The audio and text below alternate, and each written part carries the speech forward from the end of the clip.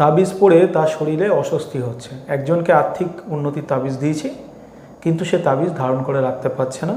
তাবিজ পড়লেই শরীরে একটা জ্বালা ভাব আসছে, অস্বস্তিকর ভাব আসছে, কেউ গলা টিপে ধরছে, এরকম তার শরীরের মধ্যে দেখা দিচ্ছে। তো এইগুলো কেন হয়? অনেক সময় দেখা যায় অনেকে তাবিজ কালো বিড়ালের হাড় দিয়ে বা কোনো অশুভ শক্তি দিয়ে, যেমন শ্মশানের ছাই, এগুলো দিয়ে করে, সেক্ষেত্রে অনেকের অসুবিধা হতে পারে। তবে আমরা যে তাবিজ করি, মানে আমি যে তাবিজ করি, সেটা কিন্তু কোনো নোংরা জিনিস, কোনো হাড়, এগুলো একদমই দিই না।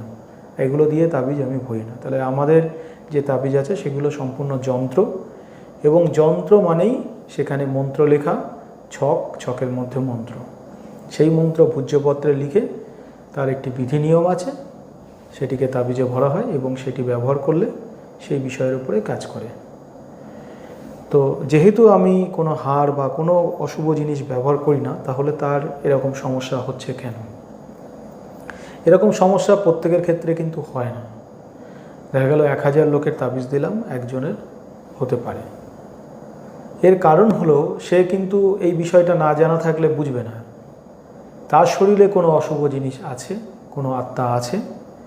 যেহেতু এই যন্ত্রের মধ্যে মন্ত্র লেখা আছে, আবার এইটি কিন্তু আত্মাকে সরানোর বিদ্যা নয়, কিন্তু সেই মন্ত্র শক্তি তার শরীরে প্রবেশ করানোতে, শুভ শক্তি প্রবেশ করানোতে সেই আত্মার ক্ষেত্রে অসুবিধা হচ্ছে।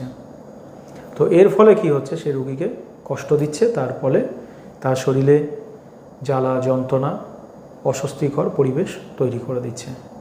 তাহলে এটা কিন্তু সমস্যা তাবিজের নয়, সমস্যা হলো তার শরীরে অশুভ শক্তি আছে বলে এই ঘটনা তার ঘটছে। এবার যতদিন তাবিজ ব্যবহার করানো হয়নি, সে কিন্তু বুঝতেও পারেনি।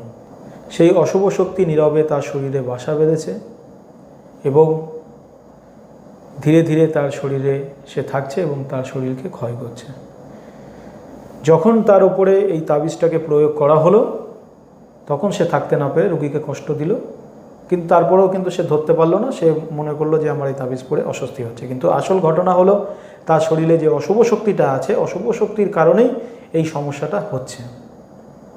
তো এক্ষেত্রে উপায় কি? উপায় হলো সেই অশুভ শক্তিটাকে সরাতে হবে।